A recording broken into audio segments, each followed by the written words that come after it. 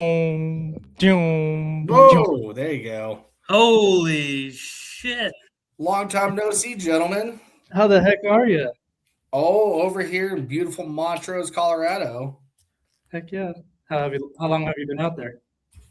2 weeks. Nice. Nice, Two, man. 2 months up in beautiful Billings, Montana. Are you in the trailer right now? Yeah, Nice. Show us your digs. Is it as small as the other one when you were in it's Parker? slightly bigger. Oh, Slightly. can you So turn the around? office is as big as the other one, but it does have a conference room. There you go.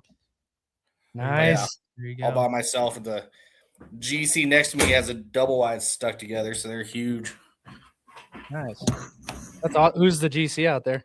Molts. Okay. Nice. Nice. Well, we'll just get right into it. Logan Sharp is a friend of ours, and he's kind of been a jack of all trades, if you will. I mean, you were a diesel mechanic, correct?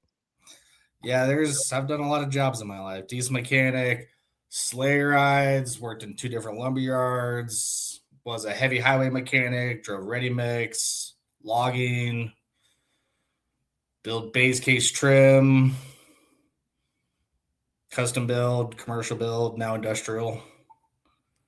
Right. Just got to try a little bit of everything. Great to hear from you. We can end the podcast there. That's a lot of experience. No, appreciate you coming on, man.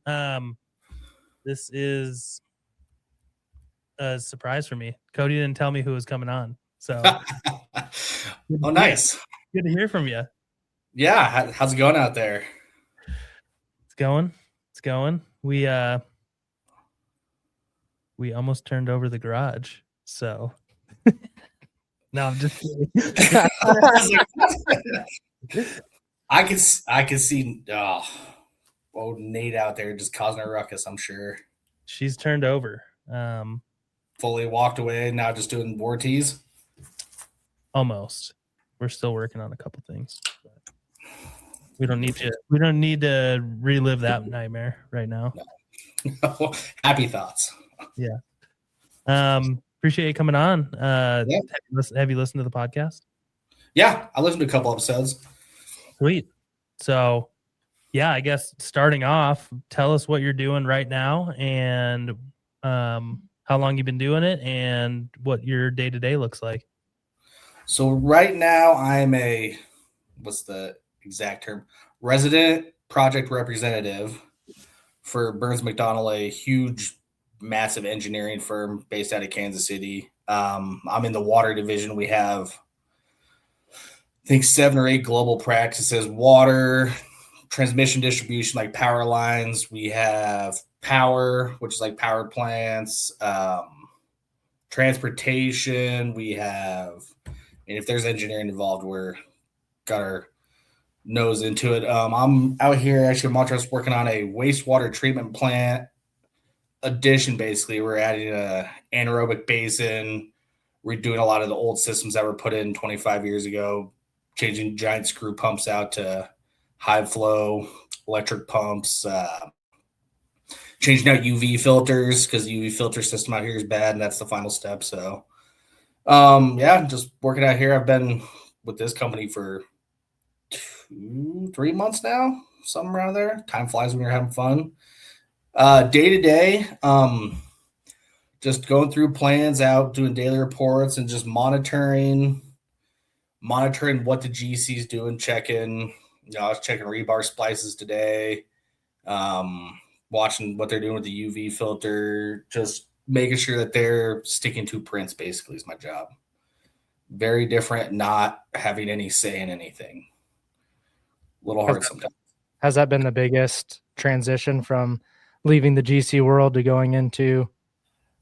It's challenging at times for me because I always want to be in it, and I have no say over schedule. I have no say over what they're doing. Just quality control. Sure. Yeah, that's pretty much the biggest. Plans are plans. Daily reports are the same. Other than that, for the most part, it's pretty pretty familiar. I mean, rebar looks like rebar, concrete looks like concrete. How bad do you just want to jump in and be like, Up, did I lose you guys?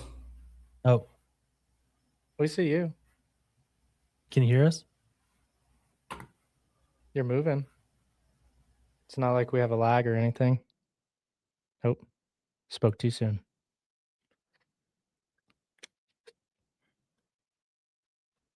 All right. Give me a chance to fix my mic. It was not fair. You opened that Alani, and I was like, sounds like a beer. Uh-oh. He got too click happy.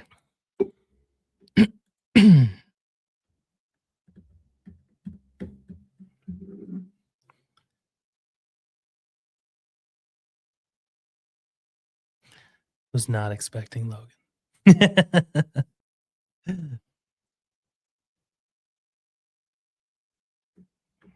Yeah. Good surprise, huh? Yeah. There you are. There, good old Starlink. Starlinking it up. No, I was just gonna ask you before you cut out, how bad do you want to jump in and like start running stuff, or is it kind of nice just to be like It's removed? I want to jump in and start running just because it's like my go-to. But I mean, I don't have that much stress. You know, I monitor they haven't, we're just getting going out here. Up in Billings, we're working on a raw water plant. And yeah, there was a couple of things. I just note it, put it in the non-conformance log and check on it. And I mean, stress levels have shot down dramatically. But it's hard because you want to I don't know, you want to be in there getting your hands dirty and being part of it. So it's kind of weird being an outsider. Mm-hmm. Yeah, I can imagine. Why don't you we'll touch more on your current position, but why don't you take us way back to little 18-year-old Logan? Or I guess when did you join the workforce? I was 15 years old. I was doing whatever a kid does during summer. And my dad came up to me and said, "What are you doing this summer?" I was like, "Oh, I'm going to hang out with my friends." He said, "Wrong. I got you a job." What was that job? That was working for a guy. Oh, what the heck was his name? He's dead now.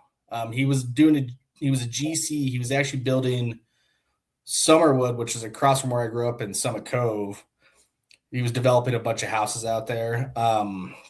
For the first 2 weeks, I still feel dumb about this. I didn't realize at the time. He had me picking weeds and empty lots that they were going to put houses on. So they were just going to dig them up in like 2 months anyways. So it was like the ultimate busy work for $4 an hour or something like that. And then that's where I first started. Like, you know, they had me running a hammer drill for a little bit and learning that you can't just hold the trigger and run a screw, and you kind of have to know what you're doing a little bit. And then from there, I pretty much worked ever since. From there, what did I go to? From there, got into working in lumberyards in the wintertime because bought a truck, had to pay insurance and gas on that whole thing, and it's never cheap even back then. So I started doing that. My brother started doing sleigh rides at Country Boy Mine, and I hated retail because I was actually working inside in the retailer, the lumberyard, not building loads or anything. So I jumped to doing sleigh rides in the wintertime, which was probably the most fun job I've had in my life. Super easy. I mean, everybody's usually happy because they're spending, $200 a person to go sit on a sleigh with horses and all magical in the mountains. What was the day-to-day, the ins and outs of that job? Get off school, go there, brush the horses down, put their tack on them. We stabled them about 2 miles away. We actually ran on the Breckenridge golf course. So we ran 3 teams, 2 Belgian and a Percheron team. So put the tack on, take them over, get them all set next to the trailer, all pretty with their, red velvet, little Hanes and all that stuff, looking all cute. Hook them up to the sleigh. You go out and do 40-minute sleigh ride, 2 stops. So you do a total of, I think it was like 1.5 miles. So the horses weren't killing it, but they were also pulling 30 people in a giant sleigh behind them. So you'd stop them, take the people back, and they'd go have dinner inside the Berkridge Golf Course clubhouse and do all the bougie stuff. And people would come up to you, pass you $100 bills and tips and whatnot. So just to pet the horses, or well, the tag at the end of the sleigh ride was, if you enjoyed your trip, feel free to kiss your horse and tip your guide. So that's awesome. Or there's some girls I'm like, yeah, you can kiss the guide and tip the horse. I don't care. There you go. Yeah, that was a good job. And then did that for 2-3 years in high school. In the summertime, I started working at LG Everest. Got my CDL, Class B. Started driving a ready mix truck. Oh, I forgot the logging was in there too, but that was for my football coach. Our football coach ran a logging company, and it was low impact logging. So we would hike into the woods. They would fell all the trees and cut them up into like 10-foot sections, and we would man haul them out of the woods. I've never been in better shape. It was phenomenal. Terrible work, but phenomenal shape. Damn. Yeah, I drove ready mix for a couple years. That was also a pretty gravy job. I mean, people complain, and I'm like, you shift gears and you have to put on 3 chutes max. I'm like, you don't. Sorry, I got to shift. Oh no. So did that for a couple years. Then went to school in Grand Junction after I graduated high school for automotive and diesel mechanic. That's when I went back to Everest and did a heavy highway, worked on their trucks and stuff, and giant loaders and cranes, and worked on all their giant pumps. That was pretty fun for a little bit. Came back to school, then got out of school, started working at an auto shop for 6 years, working on American domestic, everything from a 550 down to Mazdas, and obviously Colorado's tons of Subarus. Got really good at Subarus. Then from there, moved up to Fort Collins to go back to school because I didn't want to be a mechanic anymore because I started shaking like a dog shit in a peach seed. So, and while I was up there going to school, I was actually just doing prelims. I was going to go do construction management actually, but a guy I grew up with, his dad ran a custom home builder up there, called me out of the blue. Was like, hey, it's like, I'm looking for somebody to train up to, work with me and help build houses, be a superintendent. He's like, you interested? And I'm like, well, kind of bypassing the whole school here, so I'm just going to try it. And then custom homes for 5 years, then jumped to Confluence for 4.5, then Vertex doing multifamily, Vertex for 2.5, back to Confluence for a hot spit, and now I'm here. That is probably one of the most entertaining and craziest professional careers I think we've had on the podcast. It was always funny. I worked with the Vertex guys, like, this job sucks. I'm like, man, I've worked a lot of worse jobs than this. I'm like, it's not that bad. Now I'm curious, what's the worst job out of all those, in your opinion? The one I hated the most was working retail at the lumberyard. Sure. What was the hardest about it? It's just monotonous. Like, you're inside, you don't really get to see sunshine. People ask a bunch of dumb questions. Like, I had a 2-week task was repricing all the bolts and nuts in the hardware store. You know how many there are? There's a shitload. And I had to individually go up, redo the pricing calcs, bring down, relabel them. I'm like, this is some tedious work. Tedious. Was that hourly or commission based or both? Hourly. Okay. Damn. Yeah, it was boring. It was super boring. Like, the most fun you had was like kids come in and they're in the plumbing section. You're like, oh, you guys are building a pipe? I'm like, you need this stuff here. Don't forget the filter. Building the bong.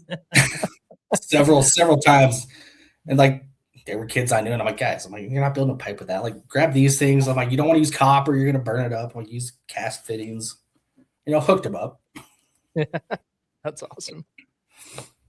So, I mean, it sounds like you've from what I know, you've worked at some of these companies for a significant amount of time. Why?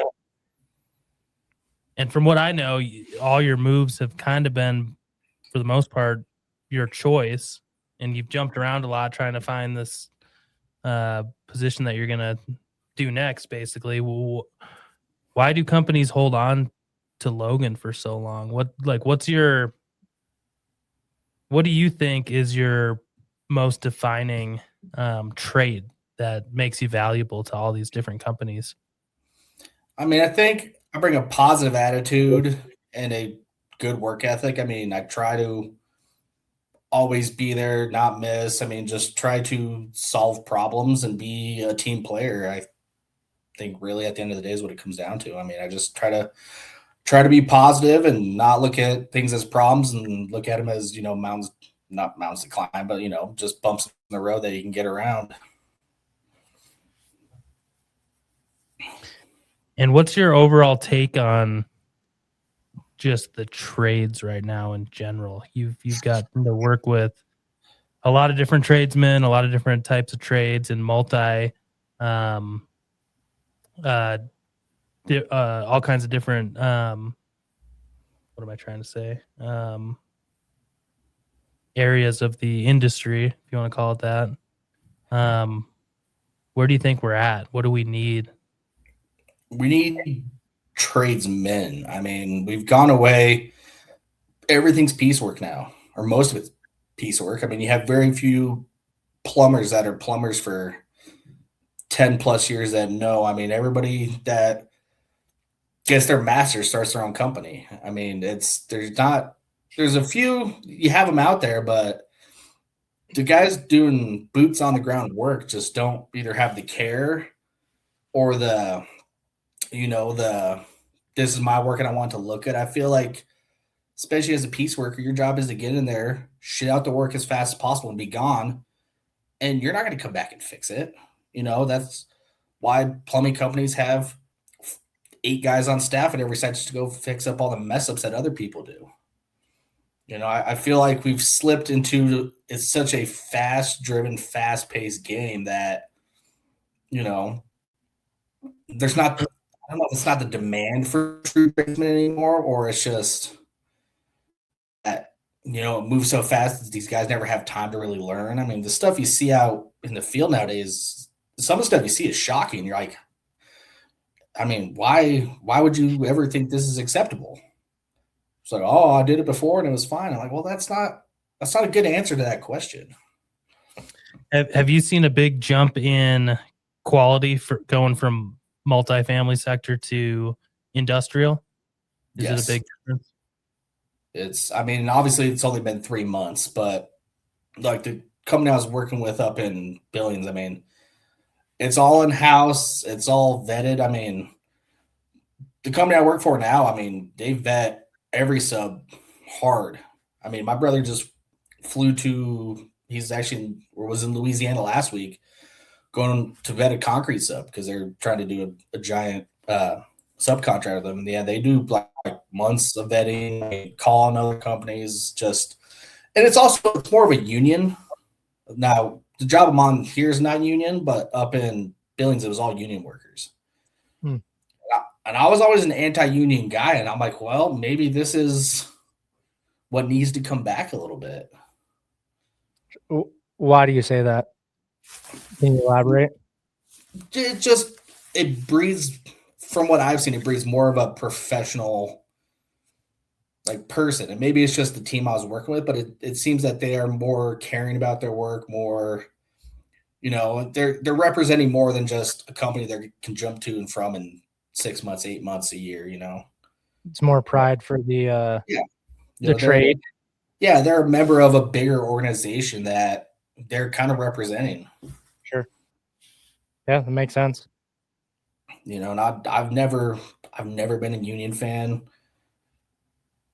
Never. And then I'm like, well, they're just notoriously hard to work with on certain situations. They have a specific set of rules, and the union backs them with with their process and their breaks and all that kind of stuff. So I don't think it's a bad thing. People should get their breaks and they should follow a certain set of rules. So just as a GC, it's I think the stigma is it's just they're harder to work with. They're more rigid. They're less flexible. But all my union experience has been, pretty good. I guess the biggest one is like elevator companies, but we all kind of have been through that. They're if they're just a joy to deal with all the time. They're just tough. I mean, it's just tough. It's a hard scope of work, and there's so many people involved, and you're dealing with a very dangerous activity, building an elevator.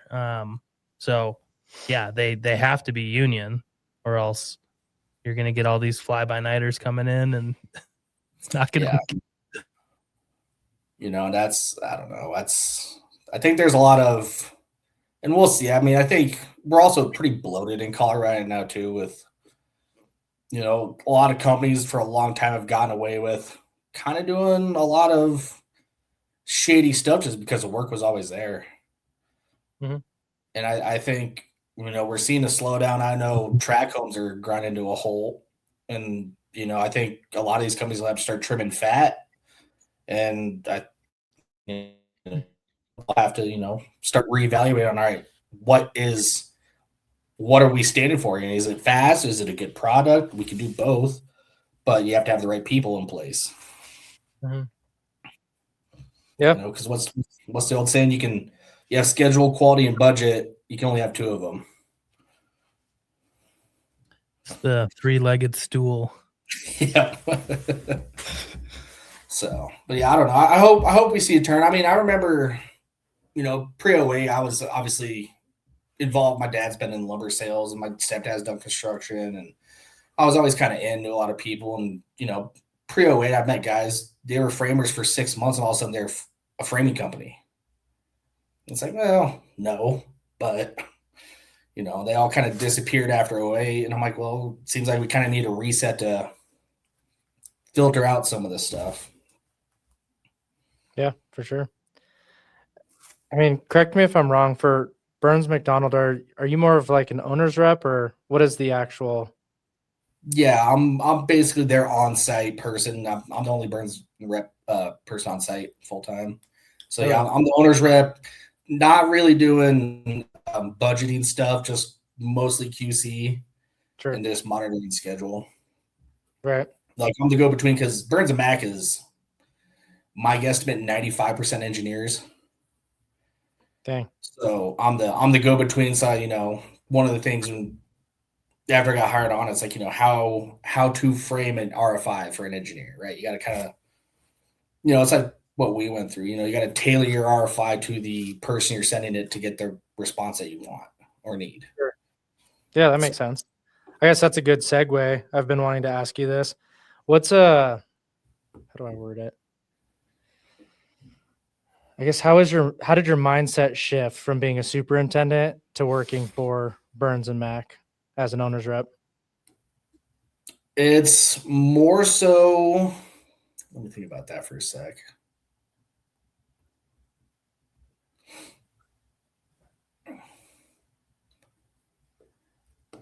I mean, I'm not worried about what they're doing every day. I'm worried about how they're doing it. That makes sense. So the day-to-day operations of what they're doing, I don't really care what they're doing every day. I'm just going to go watch and make sure they're doing whatever they're doing correctly. Sure. Is it more so what is the outcome going to be driven? Yeah. More so. It's all quality, and I'm kind of one of the main points of contact with City of Montrose of like, all right, if Moltz has a question, I'm going to City of Montrose like, hey, here's what we think is right, but this is your plant. You're going to run it for the next 20 years. What's your guys' thoughts? Because, at the end of the day, on something like this, it's, we have our prints and our specs and all that, but it's, you're the ones literally running this plant. we need your input because, we can build it to blueprint 100%. Then in 5 years, if you don't like something, then, we're gone, buddy. SOL. Yeah. So, but yeah, I'd say the biggest is it's not so much day-to-day operations is gone. I'm, looking more at like, all right, what's the splice on this rebar? How many times are they tying off? Like, and then safety, Burns and Mac, number one thing is safety. So it's like just monitoring around like 100% safety all the time. And I have cut resistant gloves after we're 100% of the time in the field, full PPE all the time. Eye protection and just monitoring everybody out there. It's like, if I see somebody out there without, I don't care if they're walking on the side, if they're out there without safety glasses, like go back to the trailer and grab them. Right. It's a no-go. It's a good thing. Do you think it's a good thing in your opinion? Yeah, I do. It's definitely, it's kind of been mentioned before in internal and Birds and Mac, like people kind of get sick of it because like every meeting starts with a safety topic. Interesting. Every meeting of every single, no matter what. It's safety 101, and it's good in talk. It's hard in practice all the time too because everything wants to be 100% safe. It's not fully feasible all the time to do everything 100% safe. That's not the real world we work in, right? Sure. You can help people to a point, but if some dude climb up a ladder and stand up on a single 2x4 not tied off, you can't watch everything every second of the day. I mean, at a certain point, people have to care about themselves. Yeah.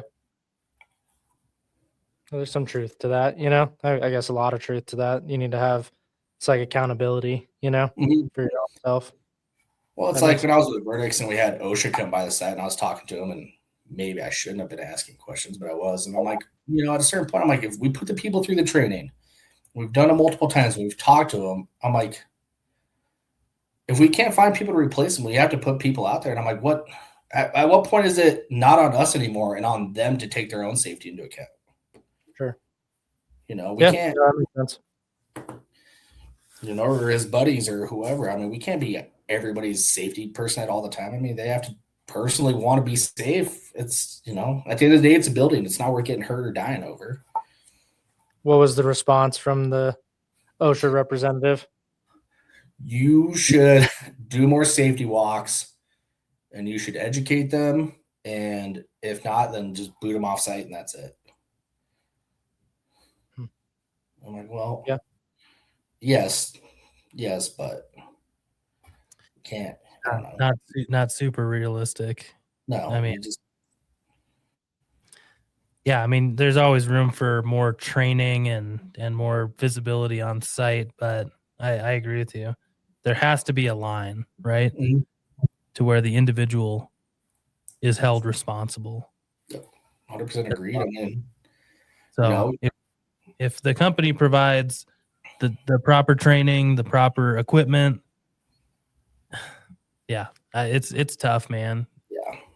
I mean, because we see it every day. Every single day we see a safety violation. Yeah. It's how much is OSHA actually doing by just popping out to a job site and in that single moment, finding people. But I guess the fear of that helps. I guess, but the most unsafe stuff I ever see is on track homes, and I've never heard of OSHA hitting up a track home unless there's a death. And dude, custom homes, the stuff I saw on custom homes would never fly. I mean, we put a guy in I don't know what I should say. Let's put a guy in a telehandler with a window and lift him up 55 feet. That's in a box, right? Yeah. Piece of plywood on the forks. But yeah, then and I didn't know. I was still young at the time, and then I got into like safety. And I'm like, oh, that was like huge no. But nobody ever stopped or checked or cared. Like it was just whatever. You just do whatever. That is pretty And interesting. if they really want to make a difference, I think they need to start at the bottom. Unfortunately, the little guys are going to take a couple hits, maybe reduce their fine so they're not. What's the new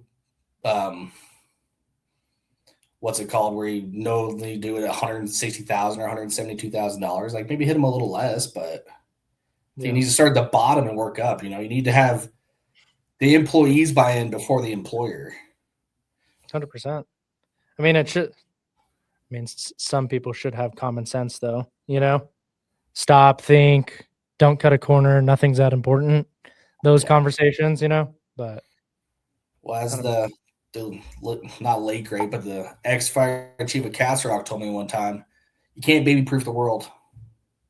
You just can't do it. There's no way. Some people are just gonna do dumb stuff and have bad things happen. I mean, unfortunate, but I just don't know how you make a world 100% safe.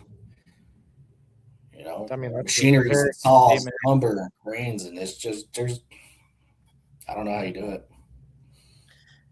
Yeah, and it only takes witnessing one accident or one close call to realize, like, holy shit, this is for real. Do you have any stories just safety related that are worth sharing for people to hear? My one would be with it was with a beam saw, but circular saws in general. Always make sure you put your chocks under them right or have them on the stands right so they won't pinch. I had a guy in a site up in Breckenridge was running a beam saw. He was cutting in the center with his two dunnage on each side of it, and it pinched. And the beam saw was running like a 2.5 foot, 3 foot blade, and it pinched, shot back, missed his femoral, wrapped around his leg, and came out the other side. And I showed up like 2 minutes after it happened, so there's blood, and he's getting rushed off to the job site because it had bound, and he went to push on it, and it just kicked back on him. I was like, that's rough. And then, that's probably the biggest. And then, I don't know, I've seen it a couple times is, diabetic seizures. Like, people don't need to drink 11 energy drinks to get through a day. If you do, you probably need to evaluate your sleep or see a doctor, excuse me, or something, because his mini Alani. You got to get the little guys. Those are semi-healthy. I mean, I'm talking about the guys that are slamming 5 Rockstar 240s for breakfast. Yeah. Yeah, that's rough. That's just health. I've been fat for the last couple of years. I'm trying to get less fat, but are you you're referring to the same incident that the drywaller? Oh yeah, that was bad. Yeah, he almost died on site. Mm-hmm. He was having I was talking to the EMT, and the guy's like, his blood sugar was like syrup. Yeah, and I was like, man, just it's a thing in the industry, right? Like, you see the construction worker breakfast, it's a roller dog and a white monster. It's kind of like a badge of honor, unfortunately. Yeah. You're a puss if you don't go out there and slam 2 energy drinks, and it's like, no, don't do that. I mean, they taste good. I'm a sucker for a Red Bull, blue Red Bull, but I'm trying to not. Yeah. I'm a sucker for caffeine too. It's so easy to get dependent on, and then you have a life, you have wives and kids, and you don't sleep at night, and then you're out on a job site, and it's just so convenient nowadays, right? You go, hell, the energy drink section of the gas station is the biggest part of it now for drinks. God, they have such good deals too. Oh, and they're delicious. Right? They're delicious too. They make them so good. They do. They make them so good. They're incredible. They're absolutely incredible. I mean, Red Bull sponsors. Red Bull doesn't advertise except by sponsoring extreme sports. It's true. Red Bull does give you wings. What were you doing with the lights? Oh, I was just getting blinded over here. Oh. I was turning down. Gotta pull the hat down.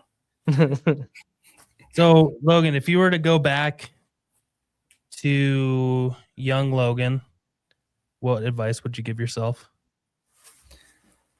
Young Logan, don't dick off so much in school. Pay more attention.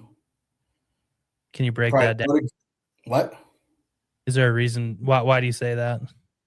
Because I took the long, hard way in construction to get where I've been. I mean, I've had to do multiple 50, 60, 70-hour weeks for years. And I feel like I could have cut some hard years out of my life and jump-started myself probably by at least 5 or 6 years, and got myself farther ahead than I have. I mean, I kind of, I guess it's the badge honor people. Like, I came up through trades, and I'm like, well, why if you don't have to? I mean, yeah, it's cool to know the hard work, but at the end of the day, it doesn't really matter for the job. As an RPR, it doesn't matter if I know how to cut the bottom off a storefront door. No, doesn't do me any good. So I just study harder, and then I don't know, like maybe make more time. I was a live to work guy for a long, long time. I still feel weird like taking vacation, or if I have to call out sick, I still feel weird about it, like just guilty. It's like, no, you shouldn't do that. Like, live your life, work your job, do a good job, but don't burn yourself out on it. Because there is times to work and times to not, right? I think there's always parts of a project where you're going to have to put in long time and long days and all that. But when it's not there, enjoy it. Yeah, burnout's a real thing. We've talked about it multiple times on this podcast, but you don't really understand it until you experience it, and people handle it in different ways, but I mean, it's inevitable. If you are working, 50, 60, 70 hour weeks back to back to back for years, it's going to catch up with you. So, yeah, I do think that's good advice. PTO is a part of your compensation. So I always recommend taking that time to recharge the batteries and stay fresh. I mean, you see it in the guys that like you say, live to work. Your production just goes down the shitter over time. So you do have to find a way to recharge. What's a specific way that you recharge the batteries on a personal level? Generally on the weekends, back when I was over in the Front Range, I go hang with my brother and my nephews, go dink around with them, four-wheeling, shooting. I used to live real close to a sporting clay area that I'm going to really miss for a couple years. Yeah, and then just, I don't know, I'm a tinker. Like, I got a garage. I was a mechanic. I got a full toolbox, so I was always wrenching on some piece of crap I decided to get for free, and I could fix this. And then some of them are still sitting for yard art, but some of them are going. You never went with the old lawnmower, or what were you Lawnmower gonna do? Yeah. I have a motor, and I finally got a welder, so I can cut the frame on that and stretch it. But that's gonna be put on the back burner. But yes, that's still out there. Still out there. You can't take any of your projects on the road with you? No, shockingly, they don't travel too well in carry-ons. I don't know. Be hilarious. You just earlier, though. Did you? Yeah. For you. Well, heck, I'm so close. I mean, Gunnison's an hour, Telluride's an hour. Me and my brother just drew for Unit 76, which is over by Creed, which is an hour and a half from here. So I'm gonna go. I don't know where I'll go next. I mean, basically, I can go anywhere in the Western U.S. except for we don't do any work in Utah, a little bit in Nevada. We don't do any work in California. Other than that, I mean, I could be in Oklahoma in a year and a half, or somewhere where it's, dusty and boring. So I was like, yeah, might as well get out and explore while I'm here. Is there anything that you've learned in the first 3 months, advice wise, that you'd give to someone that's going into a traveling position, even short term or long term travel? You don't need as much as you think you need. What does that You mean? can live with a lot less. Like my first week flying up there, I had a suitcase and a carry-on, and my backpack just full to the brim with clothes and blah blah blah, like all this stuff. I flew back up because I get a home trip every month. Excuse me. I flew back up. My carry-on was half full. My check bag was half full. Like the hotel had a washer dryer. I took 3 pairs of pants up and I washed them. The first time I took like 6 pairs of pants and tons of shirts, and I was like, why am I dealing with all this stuff? Like I don't, and I looked at like what I was washing a week, and I'm like, I don't need the other 10 things. I took like 5 coats with me. I don't know why. Just like being from Colorado, going to Montana, I'm like, it's going to be cold. It wasn't cold, but Was it everything that you expected it to be? I know you and I talked about the opportunity of going to Montana and how cool it sounded. Billings was different. Billings is a lot like Grand Junction. You don't think of Montana. Montana's only mountainy for the west quarter of it. The whole east 3/4 of the state is like flat farmland. That's it. There ain't shit out there. I drove 2 hours east of Billings. There's nothing. How are the people? Super nice. Super nice. They give you a little bit of a side eye when you say Colorado. Sure. And you're like, I'm not one of those Coloradans.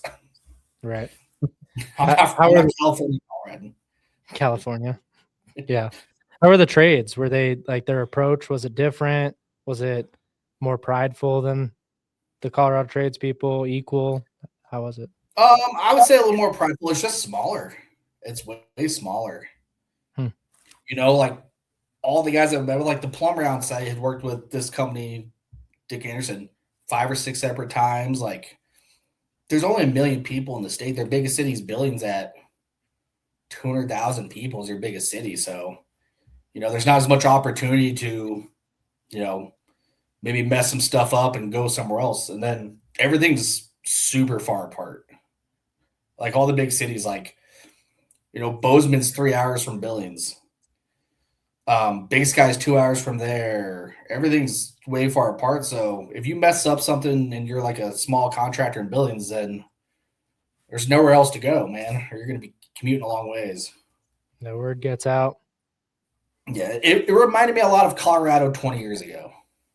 Nice. It reminded me a lot. Like it's just a little more down home attitude or thought process. But the mountains, yeah. How was that getting like industrial in Montana? I guess, is there a pretty big pool of people that can do that work, or is it a small community? It's pretty small. Like Moltz and GC I'm with out here was actually supposed to do that project up there. There's like Moltz, Dick Anderson does some, Garney. There's not a lot of like, because especially in like the water world, everybody specialized. So like the crew I'm working with out here has done like 7 or 8 back-to-back wastewater treatment plants. That's all they've been doing. So I feel like they have specialized crews. Like the one I was working with Billings was raw water, where they take, like river water and make it drinking water. Dick Anderson had done like 3 of those back-to-back. Do they keep the same teams or? Yep. Okay. So everyone knows each other pretty well. Yep. Yeah. Like the guys I was working with in Montana, they were from like, most guys are from like Libby, which is like 5.5 hours northwest of there, or wherever. Yeah. They just commute, live on the road. Dick Anderson, wherever they have a project, rents like 2 or 3 houses, and they all just kind of move as a team. So, but there was a lot of young guys. I mean, I think the oldest guy out there working in the field was like 35. except for one. There was one old guy that was like 60. But so do you mostly interact with the GC then, or do you talk to the crews and not direct, but do you I interact with the talk crew? with them a little bit. It's mostly with the GC, mostly with the soups and all that. I try to be friendly with the crew, but now that I'm an inspector, I'm not the enemy, but I'm the narc. Enemy numero uno. Shit, I'm out here Logan. tattletailing on them. Yeah. At least But no, you have, I try to be like, hey guys, like that ain't right. You want to fix it? Like, it's not like, you're gonna fix it regardless of what I say, but I'm gonna try to be nice about it. Sure. And help you out before you have to do it twice. Have you had any hard moments where you were like conflicted in your head? You're like, shit, if this was me, I'd tell me to pound sand. There's been several. It's a different way of thinking. I was like, fuck, it's done. It's good. It'll work great for 400 years. Nobody will ever know. It was actually a handrail, stainless steel handrail going to these chem basins. And I'm like, they just look shitty. Like, you got to fix them. They just look shitty. Bad welds, like, not bad welds, but not like, what was it? $100 a linear foot for the pipe type of welds that you want on there. And I'm like, and actually Dave at the garage kind of helped me with this. And Dave had a good comment of helped me think about it. Was like, there's not a lot of pretty to the building. The little tiny things are what they're looking at for pretty. The welds on the handrail, or, the finish of the concrete, or how this piping looks. Because they don't have, it's like an apartment building where you don't see the back of house shit. Like, no, it can be ugly. Like, the fact that we put LVT in those is shocking sometimes, because who gives a shit? Like, it doesn't matter. Yeah. It's like all the little goofy details that before you kind of like, yeah, it doesn't, nobody's going to see it. Nobody's going to know. It'll hold fine. It's, structurally it's fine. It just doesn't pass the, it's not. It's just not right. Yeah. It's not right to leave something half-assed. Yeah. But those conversations are sometimes hard. Yeah. And I mean, like, it looked fine. It didn't look terrible, but it didn't look great. And I'm like, guys, they're paying a lot of money for this custom chunk of handrail. I'm like, you need to make it look what they paid for. Right. Because that's everything we do is kind of back house. Like, nobody really sees it except for the maintenance techs.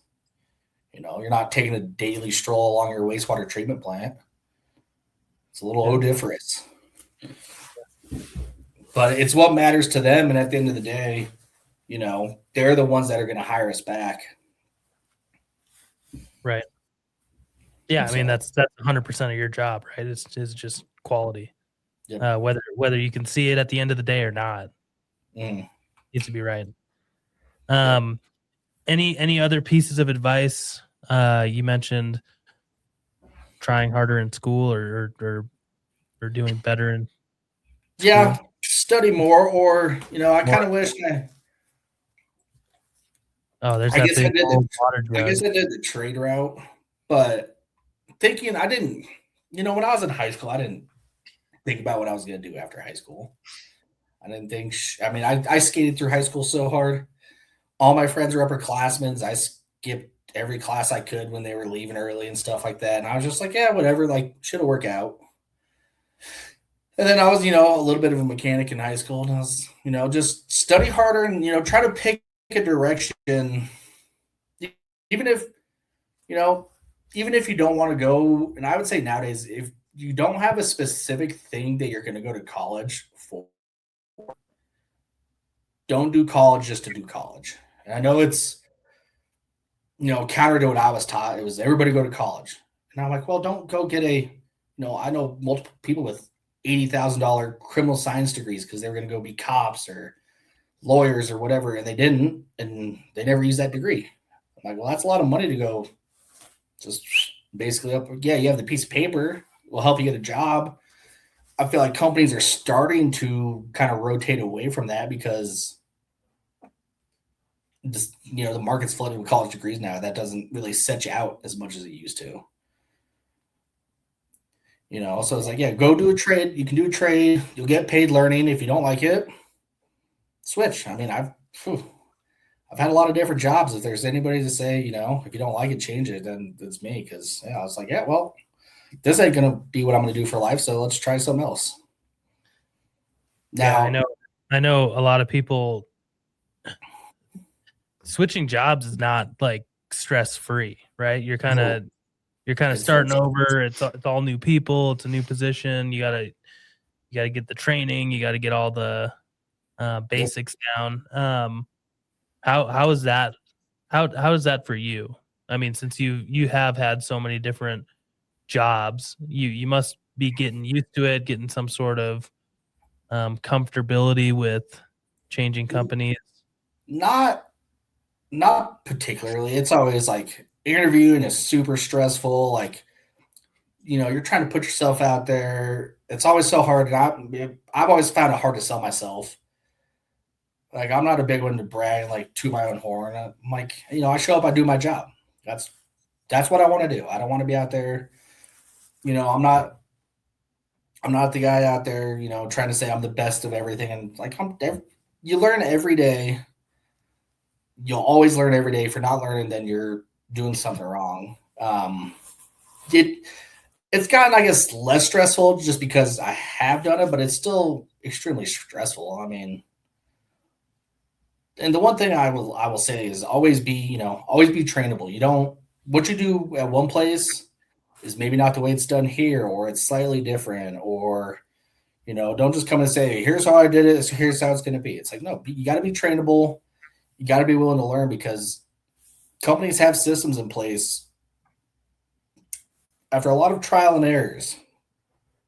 Like a lot of things have happened to have for a company to go and put something straight hard in writing, or the way they operate, because they've seen in whatever field they're in, they've seen it happen. Something happens so many times that they're like, all right, now we got to operate this way.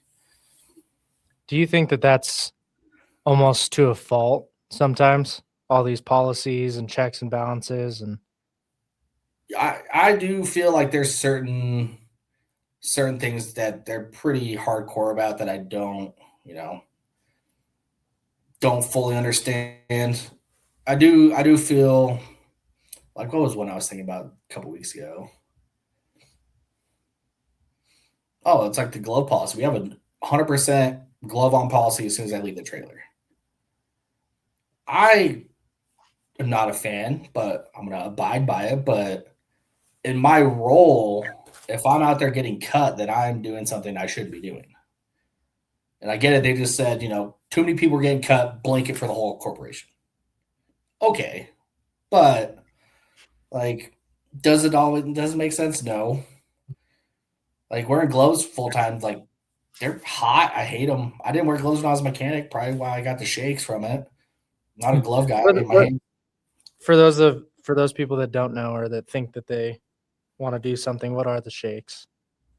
So I got essential tremors from being a mechanic because I didn't wear gloves, and it also happens if you get enough, like, because oil contains a lot of heavy metals, a lot of chemicals, brake clean, parts cleaner, all that. So basically the chemicals absorb to your skin, and I have degeneration of my spinal column at the base of my spine, basically. Now it's gotten better. It's growing back a little bit, but I'll always have, like, I always shake, especially early in the mornings. Like, if I'm trying to drink a cup of coffee, like, dude, I look like Michael J. Fox out there just shaking my life away. So that's one of the unfortunate things that I got from that.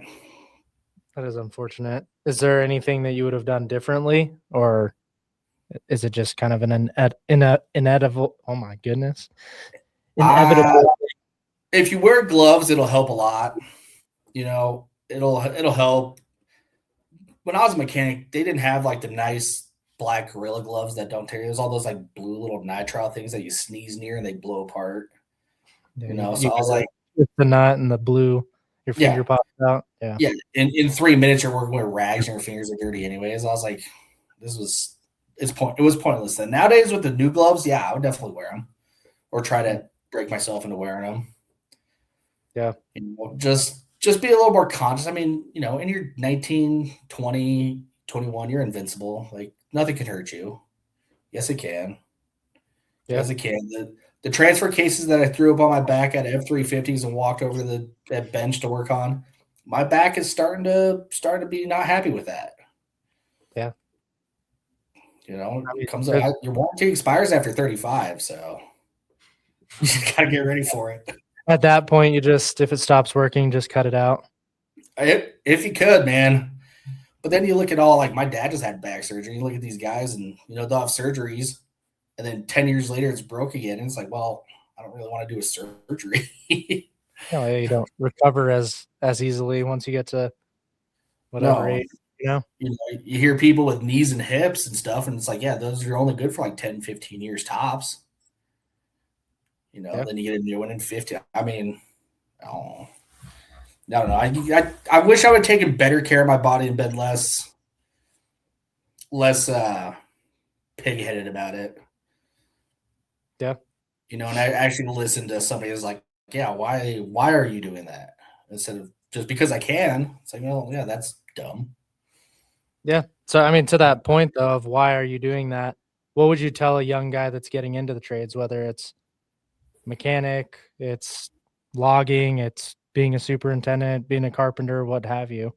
What would you tell a young person, a young lady or a young man? Show up on time. Always be working. It doesn't matter. There's always something to do. There's always something, especially in construction. There's always something to clean, something to organize, something. There's always some little thing you could be doing. And, you know, just work hard. Oh, ask questions. You know, don't be afraid to ask questions. Yeah, I mean, there's like showing up, and that's the biggest one that gets me is like just come to work every day that you're expected and just be on time. Like that's step one. Should be super easy. Some people really struggle bus with it, and I don't know why. I mean, it's how you're supporting your life. I mean, at the end of the day, the bank doesn't care if if you don't have the money because you called in sick because you didn't feel like working that day. You know, show up, work, ask questions. I mean, it'll take you. Can you hear him? No. We lost your audio. Oh, there you are. But yeah, I mean, that's basically what I did for the first, I don't know, 10 years of my life. Can you repeat the last 20 seconds? We lost your audio. Yeah. So where'd you lose me at? Make more money, buy scratchers. No, just show up, work hard, and ask questions. I mean, just show up every day. You know, I always told guys too, I'm like, you don't have to be the fastest. Just consistently work. You know? Yeah, I mean, there's all sorts of traits required from depending on what trade you go into. Management's obviously a different set of skills and traits than boots on the ground. And then if you're comparing like a framer to a carpet guy, you know, like there's a very wide range of skills and traits. Dependability is number one for everyone. Everyone we've had on the podcast has said dependability. I need you to show up on time every day that you're supposed to be at work. Number one, hands down. Just honesty, integrity would be a close second. That everyone, you know, you can cut a lot of corners in this industry, and it always will come out eventually. You can't hide it forever. It's something's going to happen down the road, and it's going to come back on you. So you always want to be honest and have high integrity with the people that you're working for. One thing that I've always not respected, but admired from you, Logan, is just your knowledge, man. And that must be from the wide range of experience. You're obviously a very smart guy. But yeah, you have just the random knowledge that I'm like, holy shit, how does he know all this stuff? Do you think that's from your experience? Learned through a lot of hard lessons in life on that one. Just like, yep, don't do that again. Yeah, it's impressive. Just the the base of knowledge that you have, and I've always admired that out of you. Do you think this is a question we usually ask at the end of the podcast? Would you change anything career wise for yourself? I guess No. do you look back and say, I appreciate all these lessons that I've learned, all this knowledge that I've gained over time, or would you give some of that up to No, change? I would keep it as is. I mean, I've worked a lot of different jobs. I've worked with a lot of great people, met a lot of great people, got to do a lot of interesting things. And I mean, at the end of the day, it's, the experiences that you've had in the past, you wouldn't be the same if you changed it, right? So you would be, doing this or that. So I'm happy with the experiences I've had in the past, what I've done. It's been, it's always a road. You don't know what's 5 years out or 10 years out or 15 years out. Life always changes. And it's always, it's always been fun to kind of go, all right, like I would like to be, maybe not doing the exact same thing for 10 years, but doing something along these lines. And then my life has gone like, oh yeah, no, you're going to do something else. And I'm like, all right, cool. Let's check that out too. We'll see what's on the other side of that one. The grass isn't always greener, but there's different views out there. You look at different grass.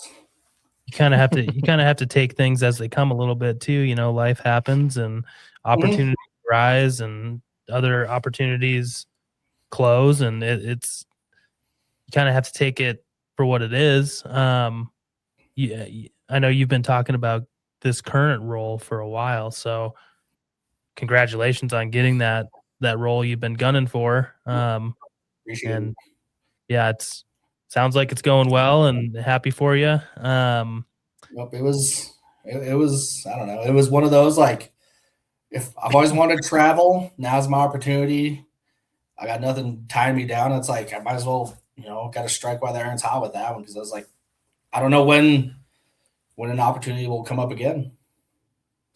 Are you homesick, or do you feel at home right now? I got a little, well, I don't know if it was homesick or cabin fever, because I was in a hotel for 2 months in Billings. That gets a little, I was like, I'm ready to be anywhere but here. But, I don't know. At the end of the day, like, I rented a house here. I got what I need. That's what I told my family. I'm like, I might not come back to my house for 3 months. Yeah. Like, I'm not really homesick. I mean,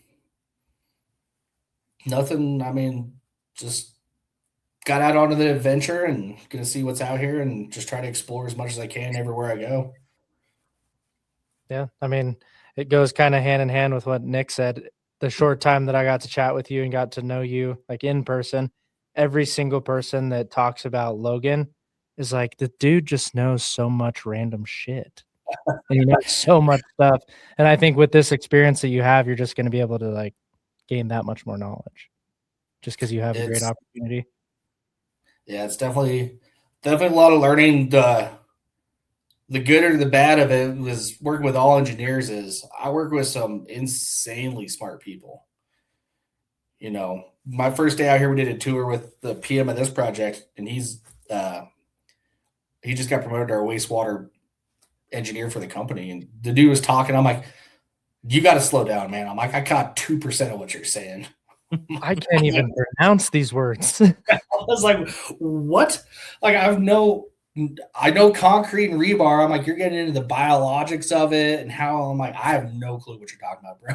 Like, and I'm working with some extremely intelligent people. They like to, as they say, nerd out on it.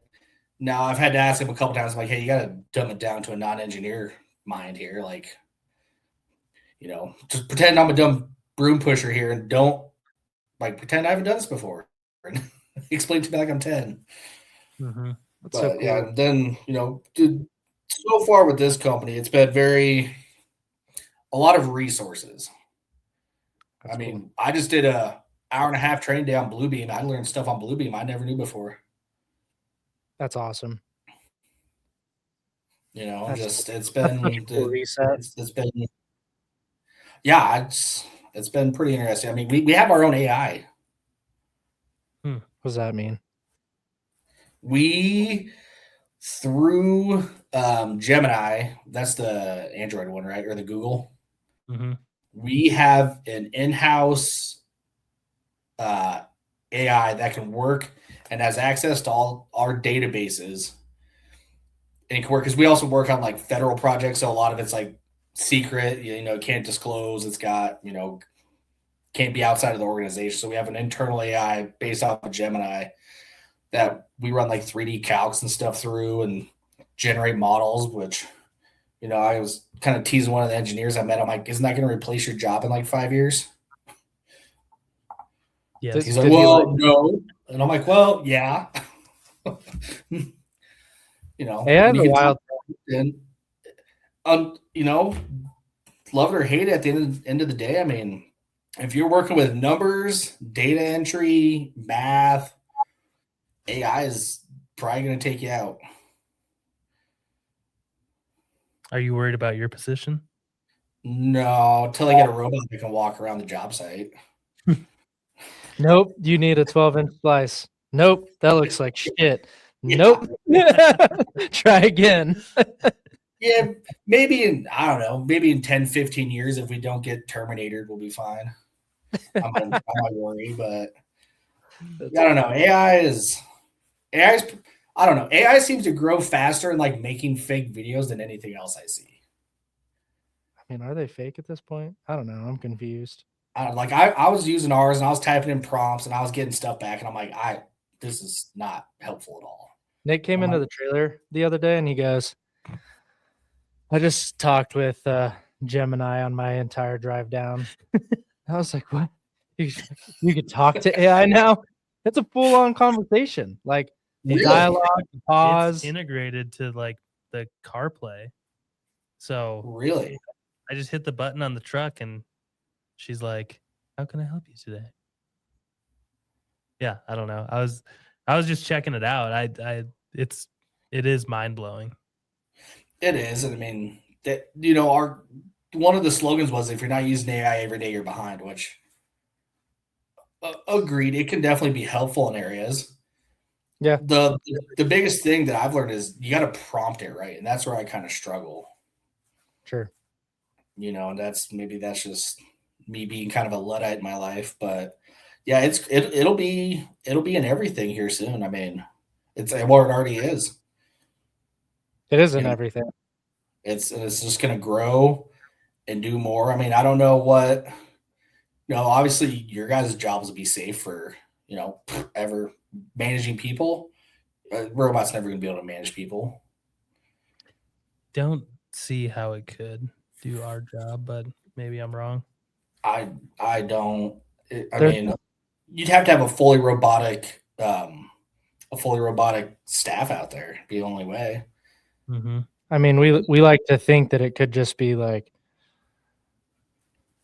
plan, result, but that's just not the reality of the industry. You know, there's so many human components and elements that go into what we do. It'd be hard.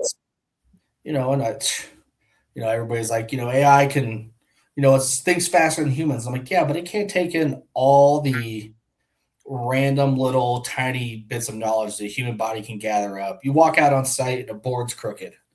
The AI says it's a 2x4, slams it into place. Like, or there was mold on it, or it was rot, or, you know, the concrete was lumpy. I mean, there's just so many factors. I don't think you can take the human component out of construction. No, I agree. You know, Logan, sorry, go ahead. You can take it out of like office work and busybodies. You know, like data entry. Data entry is gone. I think somebody just won a lawsuit based off of a AI case. So lawyers are going to be gone here soon. Could you imagine showing up? Where's your representation? And you just pull out your computer. Here's Gemini. Gemini told me to say this. So, yeah, I don't know. That's scary. I don't know. I find it a little. There's probably something that we're missing though. That lawyers are like, oh, these dumb knuckle draggers. They can't do X, Y, and Z. You know. I just find it scary because there's no human compassion to it. Mm. If you just do data is hard truths. Yeah, ruthless. Yeah. Hey, I was gonna ask you, what is your proudest moment in your career?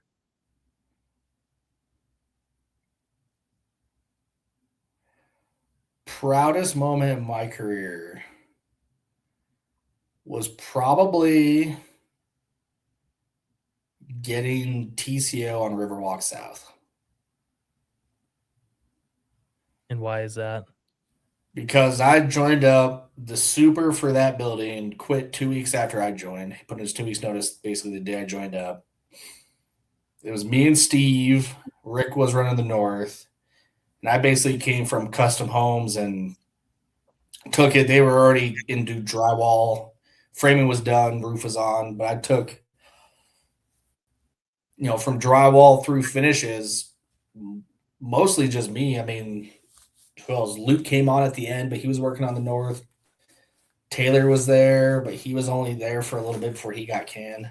But it's basically me and Steve, and basically me just ran that whole thing all the way to the finish. So I felt pretty good coming from a,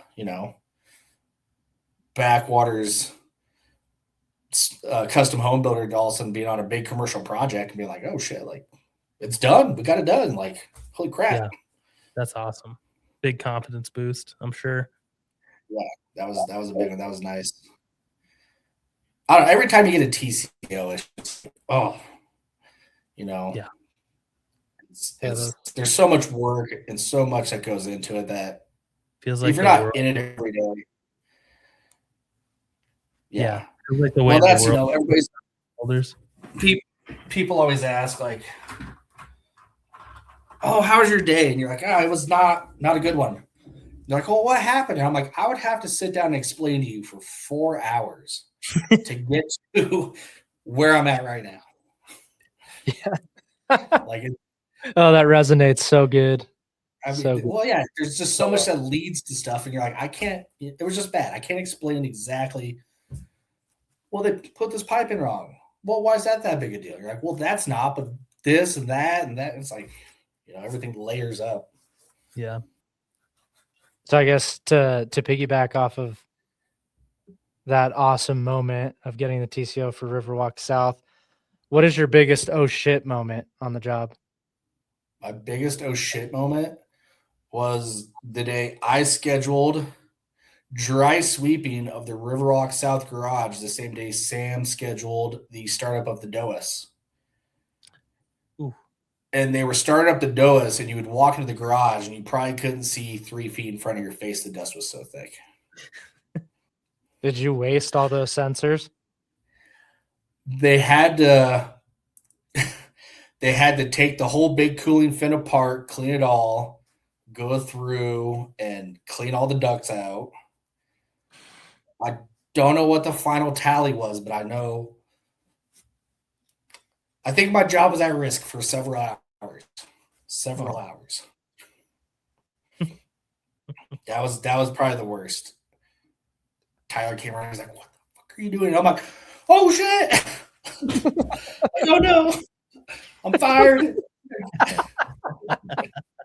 Oh, that was today. Yeah, I was like, that was probably because that just the most monetary wise. Like my stomach just dropped. I'm like, oh my god! Like I'm like, what did we just mess up? I don't even know. I'm like, the DOAS is the whole building's built around it. You can't even take it out. I'm like, I don't know what we do now. That was probably the biggest, like, oh. Are you able to laugh about it now, or is it still kind of like a? Oh yeah, it's definitely one of those. Like I tell people, like I messed up, and I'm like, but did you mess up as big as me? Like I messed up pretty big. Yeah, like that sucks. It's I don't know. It's one of those things for the grace of the management above me that didn't just crucify me for that, even though they would have been right to do.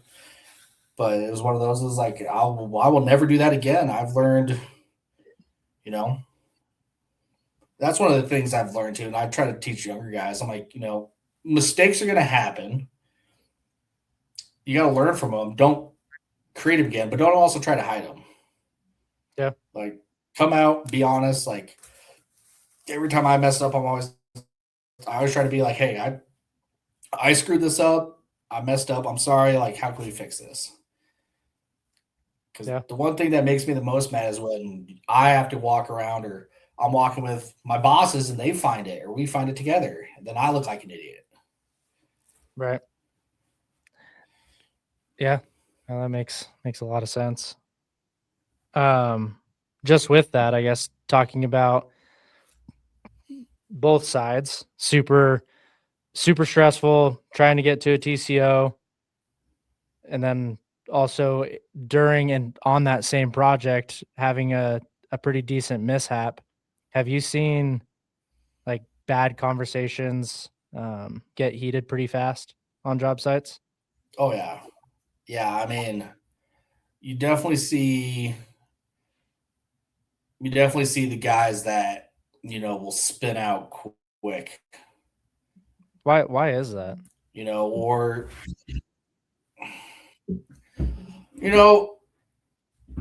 it depends on the person. I mean, a lot of them I see is just because personal pride. And when you call out somebody, they feel like they're being personally attacked, even if you're not doing that. Right. And I feel that's like people's innate response when you call something out. It's like, oh, they're attacking me personally. It's like, no, we can't do it like this. Like, it's just not okay. Not you personally, but. And then I've also seen you have, and it's kind of going away nowadays, but the hot-headed, screaming, yelling superintendent, which I feel like people were just trained to be that way because the guys above them did it, and the guys above them did that. That's what they thought. If you came out and scream and yelled, you were a good super. And it's like, well, no. Some were good at that scream and yell, but what I saw the most is the people that scream and yelled the most didn't know what was going on. They were loud, and they thought they would just intimidate people into getting what they want done. Yeah, I agree with that. You Lack of confidence or lack of knowledge. Yeah. It's easy to go out and scream and yell at somebody. It's a lot harder, but a lot more productive if you can go out there and have a rational conversation. Be like, no, this is not okay. We're not accepting this. Do you understand why we're not accepting this? Because, I mean, what's your first reaction if somebody screams and yells at you? You're going to flip the bird and walk away. Like, I'm not taking this. Yeah, I was just going to ask, has there been one example of someone going off the wheels where it actually worked in their favor? Not that I've ever seen. Every time I've seen somebody scream and yell, they scream and yelled. Whoever, if it was the sub dragged up and left. Then you're fighting offices to get people back on site, and then, people don't want to work with them. And I've never seen it go. It's not it starts off as a bad experience. It's not going to end as a positive experience. It's hard to come around. Now, sometimes, is it justified? Yes, I do think there's times where you have to get heated with people. Yeah, there's some, but it shouldn't be your default. Sure. Yeah, that makes a lot of sense. Have you seen anybody, Nick, where it worked out in their favor? I don't think so. No. It's just a hard thing no one's really thinking right. I feel like it always does more damage than good. Right. So you solve the problem in the moment, but yeah, you're just destroying your relationship with whoever you're screaming and yelling at. You're losing their trust. They don't give a shit what you think or want anymore. It does a lot of damage to degrade someone over work. Yeah. The only time I think it's acceptable is if there's like an immediate safety concern, and it's like a life-threatening or some sort of extreme danger. Yeah, you can lose your shit to save someone's life. I would agree.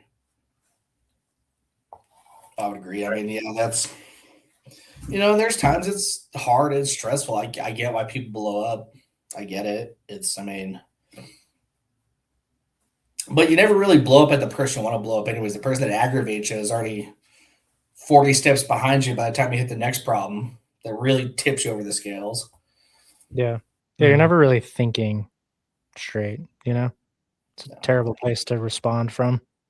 Yeah. It's a hard, stressful industry. I mean, it is. There's a reason a lot of people get in and then quickly get out of construction. Yeah. And there's definitely toxicity in it. I mean, you meet the guys on site that can't seem to handle having a girl on site. Like, can't act right. Yeah. Dude, it's like, come on, man. Like, you can't act like an adult. You're like, there's going to be, as time progresses, there's only going to be more and more women in construction. Right. Yeah, no, that's a very good point. People do kind of just lose their mind over the simple, silly things. Do I like my raunchy jokes now and then? Yeah, but you got to pander to the crowd. Sure. Yeah, no, that makes sense. And I was working with the company before. We had a bunch of masons go out and whistle at all the girls going into the yoga studio. And I'm like, no. Like, what do you know? Why would you even think that's acceptable? Mm-hmm. Yeah, it definitely this industry draws a lot of interesting people from a lot of different backgrounds, but at the end of the day, we're trying to be professional and not a black spot on society. We want to be citizens, and we also expect it to go the other way too, because I've heard you say this before, Logan, but sometimes the general public will look at construction workers as second class citizens, 100%. which is it's a shitty stigma, because there's really good people that work in this industry and people that care, and yeah, so I mean, goes both ways to the general public as well. Like, these are people and they deserve your respect as well. Yep. Well, I don't know if it's the general public just kind of, the only people they really run into and talk with is the more rough and rowdy crowd on the construction side. I feel like those are the people more willing to interact with the public. Like, when I was at work and I would say hi to people and, quick, but I wasn't going to sit there and jibber jabber with them for an hour. Like, I've seen certain guys doing, like, dude, like, go back to work, quit talking to people. Like,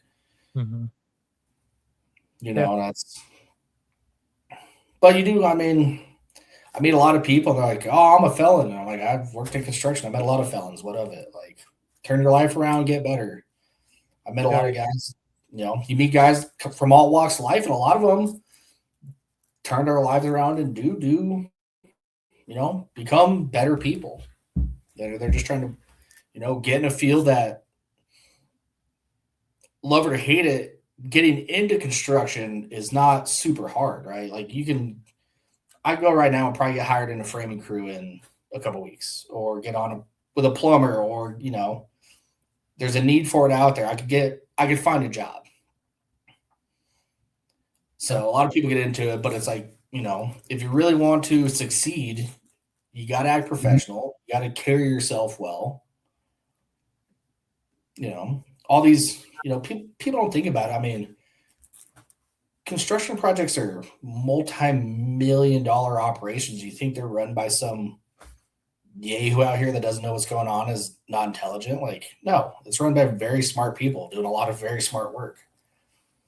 It is pretty funny though, like when you're in meetings, and like, to your point of very intelligent people running projects, and some people, this just happened the other day, some people ask, like, did you plan or did you vet X, Y, and Z, like the simplest of things? And you're like, no, actually we just showed up yesterday and we are trying to, like, hobble some plans together. It's even within the industry, like everyone, like, stop to think about what they're asking, you know? That's crazy. Yeah. No, from the hip, bro. From the hip. You don't need to plan it. We're just fucking. Are you referring to the phased turnover comment? Yes. Question? Yes.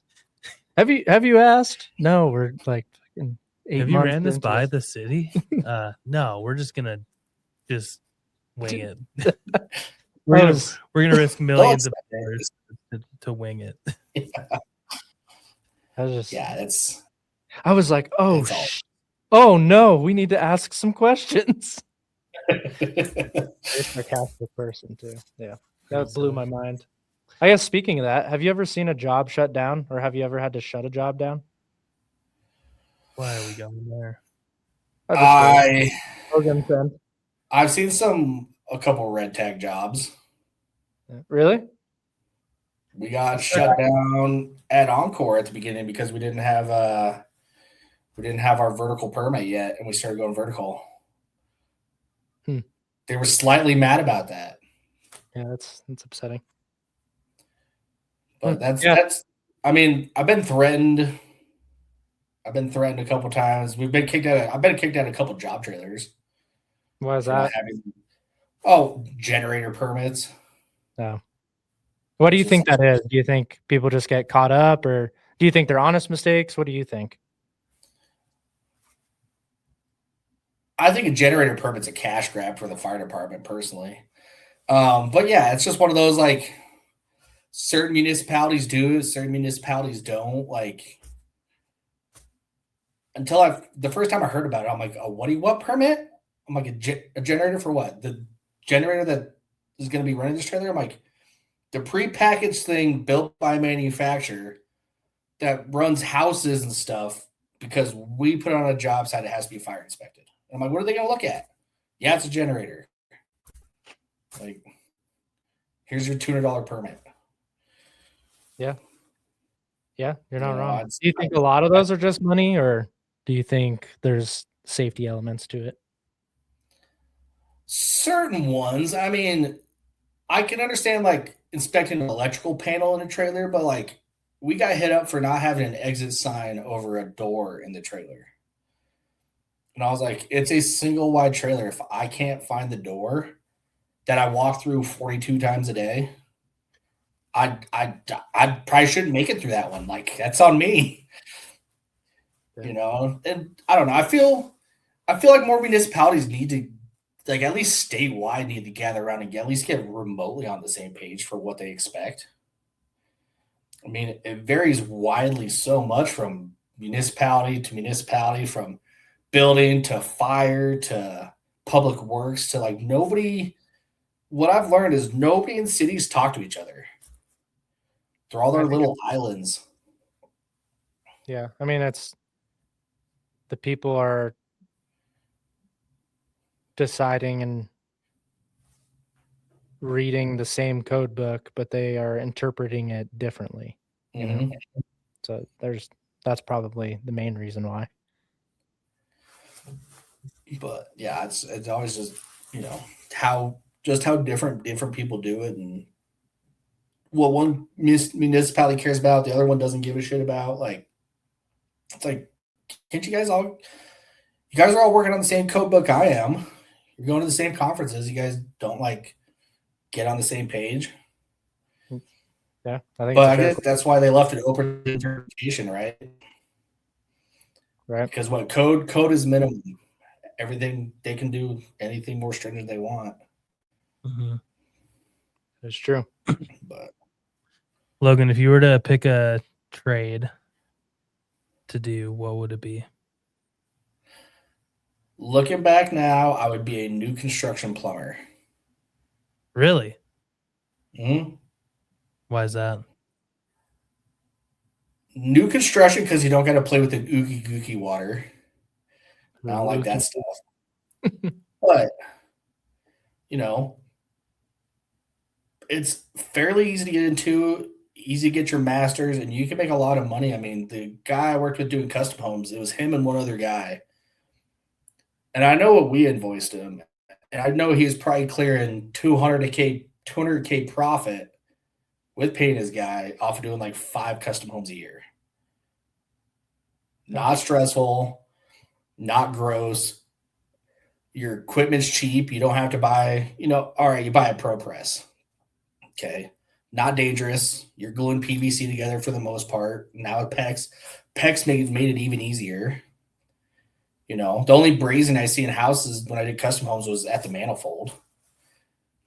Super easy to get into, super easy to scale, will always be there. And it's not the hardest work. Like being a Sparky, I feel is harder. There's a lot more to it. You're dealing with electricity that will 100% kill you if you fuck it up. Yeah. So yeah, I thought about that a lot when I've been thinking about that for a while. I'm like, man, looking back, I would have gone and got like a CDOT job, driving like a dump truck or something like that for me, or a plow truck, because I could have retired from that next year with a full pension. Then get another government job, retire at 58 with 2 pensions, be set for life. Yeah. But about 20 years too late to that mark. What do you think stopped you? Just not knowing those 2 options, or? Yeah, I didn't even think about it. And I also looked at they don't make the most money. Yeah. But they get yearly increases. They get great. I didn't think about health insurance and dental and vision and all that. I didn't start a 401k until I started working with Confluence. Dang, that's crazy. Yeah, that's when I was like, oh yeah, I am gonna hopefully retire someday. Like probably should. So now I have to give more because I was behind the 8 ball. So now I'm full throttle into it. Right. But yeah, it's just one of those. And I don't know if you guys had guidance counselors in high school. We didn't really have one. So I was just kind of shit out in the world. I'm like, I don't know what I want to do. Like, Best of luck. Thankfully, with the advent of social media stuff, you can see there's a ton of really cool jobs out there that I never even knew existed. Yeah. Just in this industry, there's, yeah. I don't have a quantity. There's so many though. Oh yeah. No, there's, polishing concrete, pretty cool job. Probably gets boring after a while, but you can make a lot of money. There's, the guy that polishes glass and charges $500 a pop with no warranty. I mean, yeah, it's insane. There's so much specialized that you just don't know is out there. Yeah, there is a lot of specialty things. I guess I've got one more thing that I'm curious your take on it. How do I ask? What is something in this industry nobody wants to admit? Something in the industry that nobody wants to admit.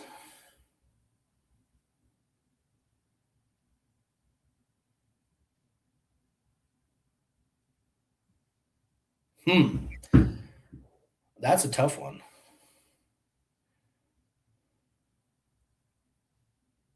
I got an answer. Yeah.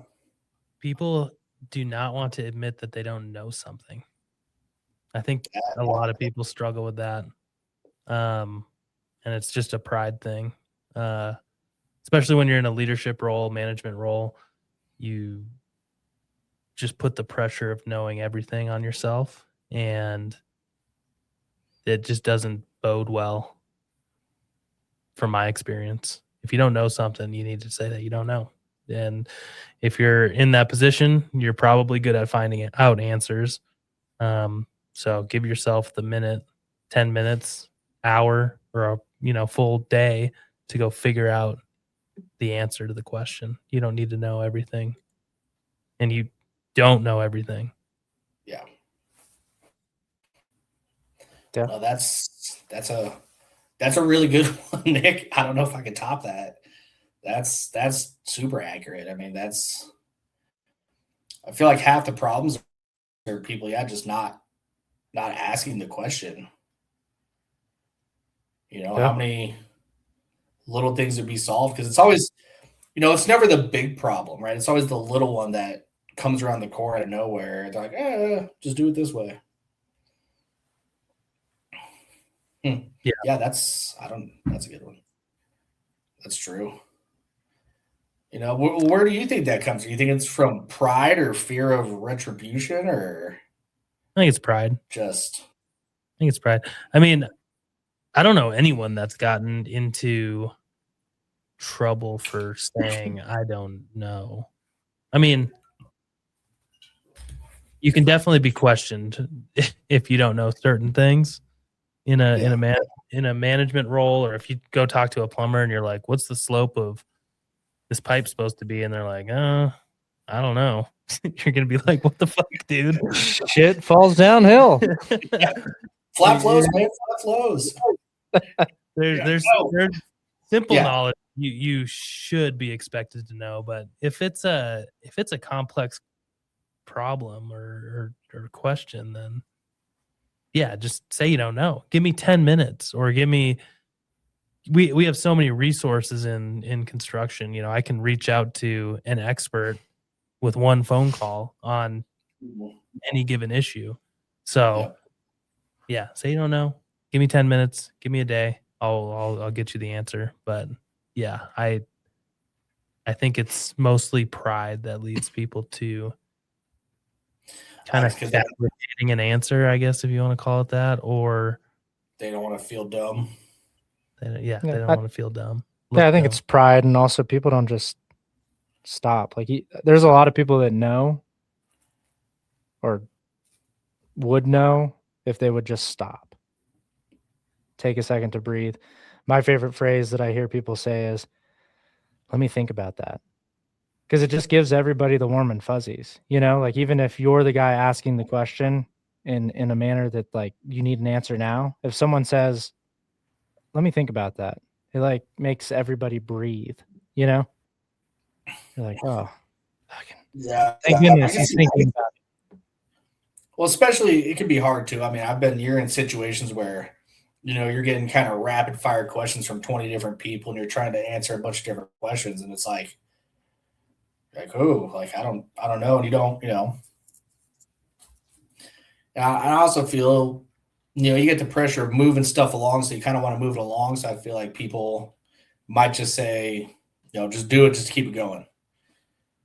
It's like, no, it needs to be thought. I mean, a 5-minute conversation, an hour conversation, if it saves, because I don't know. It's never the big problems seem to get solved. It's always the little problems that sit on the back burner that jump out, and those are the ones that bite you. Yeah. It's always, Nick knows this, unfortunately, very familiar. Oh no, we put the wrong sleeves in. What do we do?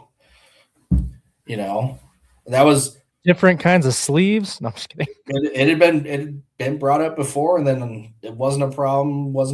Then all of a sudden it's like, oh shit, it's a huge problem. Like, oh my God. We were actually just talking about this, and Cody was like, how did that happen? And then I was like, well, there was that. And then we also missed all the sleeving for a plumbing stack per unit. Per unit stack. He was like, what? How does that happen? I'm like, I don't really know. It's just a inexperienced plumber. I mean, at the end of the day, laying all that shit out, and no one got it. It's hard to catch during the pours, but and maybe it's the thing too. I mean, I feel companies, if you're like a foreman on a site, like you finish up a TCO on one site, and all of a sudden you're in the weeds on the next side, right? Like all of a sudden they're in concrete pours. Mm-hmm. Like they didn't give you the time, and I know it happens in the GCN too. Of like you don't get into the plans until the day you're showing up.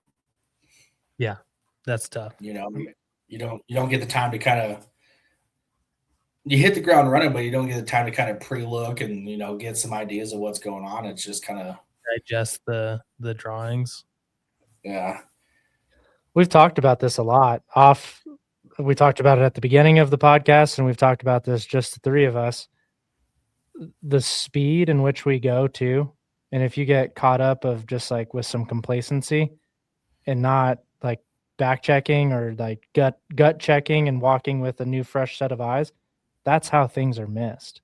Like Yeah. there's just so many changes, so many things that's going on. It makes sense how something that seems so crazy to miss gets missed, you know? Well, it makes me wonder, how was construction 20 years ago? You know, there was you had a landline in your trailer and, you know, in your blueprints, and you redlined them some, I guess. But you think construction was always this fast paced, or is construction more pressure and tighter schedules now, or Yeah. is it? It's increased exponentially with technology. The speed, the communication, the transfer of information, like it's exponentially different than 20 years ago. But you know, the hard part I always saw was getting it into the hands of the guys doing the work. Right? How many times you pass something off to a foreman and he doesn't pass it off to his guys, and you go out there and you're like, we just talked about this. Like, what are you doing? I would say recently, like in the last couple of years though, like there's still this stigma of, oh, we need to get like paper sets or we need to print off the important information for certain individuals. But the reality is that ship has long sailed, in my opinion. Everyone has an iPad, or everyone has somebody on their crew that has an iPad that can show whoever, you know? I think we've lost paper in total. Yep, your phone. I mean, I'm using Autodesk up here, and I don't know if it, you know, I'm sure a lot of companies don't want, but there should be a setting where you like just the guys in the field get just updated drawings, and that's all they get all the time. Right. You know, and I feel, you know, maybe they don't understand how to read RFIs. Maybe there's a way to make that more complete. You know, if you don't know the cloud, to refer to an RFI for this and that, because, you know, at the end of the day, when they cloud it, it's really the architect or engineer just not wanting to draw into the plans. It's a time saver for them. Yeah. And maybe it'll go away nowadays with AI doing more drawings. Maybe it'll be, you know, maybe they'll be able to incorporate it back into the plans where you won't have to go back to a specific RFI. Maybe it'll actually be like almost real-time updating of prints. That would be cool. But then that would be a learning curve too, you know? Yeah. I mean, what the hell is the squigglies, you know? I don't know. At the end of the day, I feel, you know, everybody's feels doom and gloom about the new generation, but technology-wise, they're amazing. Mhm. Social skills, very lacking. Very lacking. Technology, they kill it. Yeah. You know, how many kids do you see that? I've seen so many. Heck, my nephews, they have friends online that they've never met, and they have like full-on text conversations with them online. And I'm like, I don't have the patience to sit there and text somebody that much. Yeah, that's interesting. Weird. Yeah, you've seen, like, I'm sure you go out to public places and you see like kids that get together. They're sitting at the same table, but they're like texting or they're on their phone. Yeah, no conversation. It's so weird. It's so weird. It is interesting. Yeah. We are approaching our time here, Logan. Definitely appreciate you coming on. We do like to give our guests just an opportunity to say whatever they want at the end of the podcast. If you want to thank anyone for, you know, opportunities that have come your way, or you want to just send a general message out into the trade world, now is your time for that. I would just say, if you're a young kid and you don't know what to do in life, the trades have never been brighter. There's more people retiring out every day than joining up. Pay will go up. Job skills, you can get on the job training. I mean, it's it's an interesting field, but I love it, and I wouldn't do anything else at this point in my life. And it's great. You meet a lot of great people. It's a lot of fun conversations. You get to do a lot of really cool stuff. I mean, it's you get your hands in, people talk big projects. I'm like, most projects I've been on are, over 20 million. You get to deal with some crazy big stuff that you're a piece, and you get to drive by at the end of the day and say, yeah, I helped build that. Like it's a point of pride in my book. So that's really it, I guess. It's awesome. Nothing too profound out of me. Yeah, appreciate it. Thanks for joining, and it's good seeing you. Glad Appreciate things it. are going. Yeah, we'll have to freaking chat up here soon. It's been BSing with you guys. I'm all here by myself right now, so Yeah, that's Call lonely. us up anytime. I'm talking. The wall's getting sick of me talking to it. So Yeah, next time you're in town, let us know. We'll grab a beer. yeah, I'll let you know. I'll maybe end of this month. I got to see what my next home trip is. Nice. Sweet. So Sweet. Well, Logan, thank you for joining. We really appreciate it. Have a good evening, gentlemen. Yeah, you too. Talk soon. Later. Does he need to stay on? Yes. No, Oh. actually.